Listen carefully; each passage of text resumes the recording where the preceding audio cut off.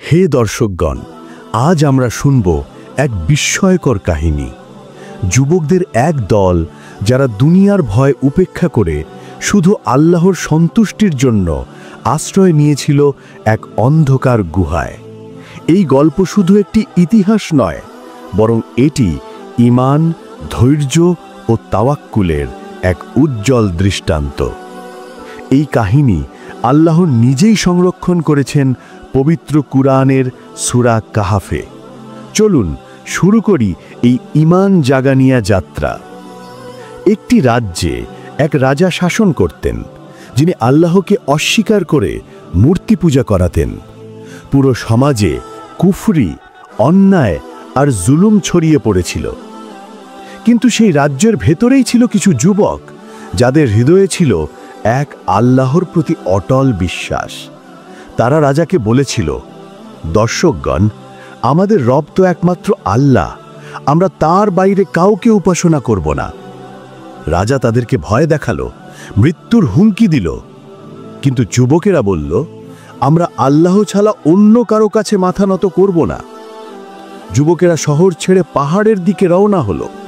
তারা এমন এক গুহা খুঁজে পেল, যেখানে তারা নিরাপদে নামাজ পড়তে ও আল্লাহকে স্মরণ করতে পারবে। আল্লাহ তাদের হৃদয়ে শান্তি দান করলেন। তারা গুহায় প্রবেশ করে দোয়া করল, দর্শকগণ, হে আমাদের রব, তুমি আমাদের জন্য তোমার পক্ষ থেকে রহমত ছড়িয়ে দাও এবং আমাদের ব্যাপারে সঠিক পথ তৈরি করে দাও। সূরা কাহাফ 18:10। এরপর অলৌকিক ঘটনা ঘটল। আল্লাহ তাদের গভীর নিদ্রায় ঢুকিয়ে দিলেন এবং তারা ঘুমিয়ে রইল 309 বছর পর্যন্ত। তাদের দেহ একদম নষ্ট হলো না। সূর্যের আলো এমনভাবে পড়ত যেন শরীর পচে না যায়। কুকুরটিও গুহার দরজায় বসে পাহারা দিচ্ছিল। যখন তারা জাগল, তারা ভাবল মাত্র একদিন বা অর্ধেক দিন কেটেছে। তারা শহরে খাবার পাঠালো, কিন্তু 300 বছর পুরনো মুদ্রা দেখে লোকজন অবাক হয়ে গেল। রাজ্য তখন অনেক বদলে গেছে। মানুষ তখন আল্লাহর একত্বে বিশ্বাসী হয়ে গেছে।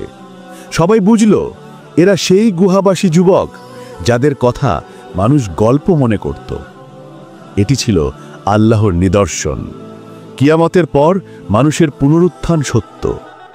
পরে তারা আবার গুহায় ফিরে গেল। আল্লাহ তাদের মৃত্যুর নিদ্রায় ঢুকিয়ে দিলেন চিরকালের জন্য।